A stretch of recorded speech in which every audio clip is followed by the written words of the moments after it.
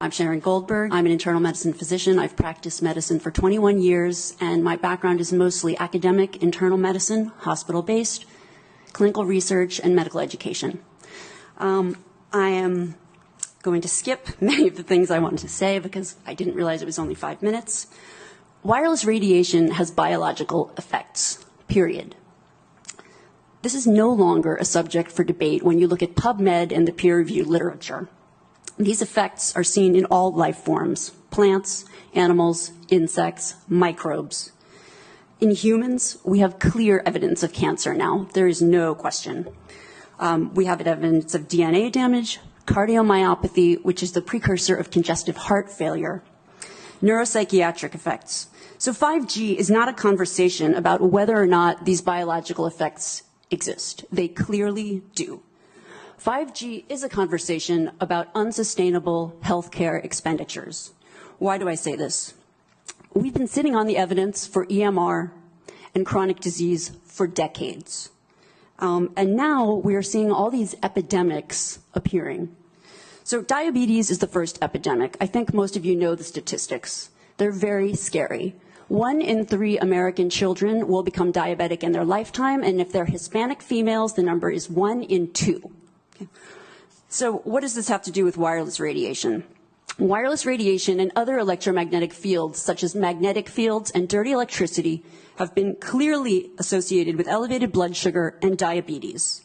That is what the peer-reviewed literature says. It is not opinion. The closer you live to a cell tower, the higher your blood glucose. That is based on hemoglobin A1C measurements. So the idea with small cells of putting the cells closer to people's homes and bedrooms scientifically is very dangerous. And from an economic perspective, it's dangerous. And you may not know this. I was shocked to find this out. But the way you create a model of diabetes in rats in the lab is by exposing them to 2.4 gigahertz. And this is not for long-term exposure. So I don't have time to talk about the costs, but the huge problem with diabetes really is chronic kidney disease. The other epidemics that clearly link from the science with electromagnetic radiation are related to mental health. And this is straight from PubMed. This isn't my opinion. This is science. Okay? So we need to start measuring how much radiation are people being exposed to. And before we roll out 5G, and this means there are 4 kinds of electromagnetic fields that we know are harmful to human health.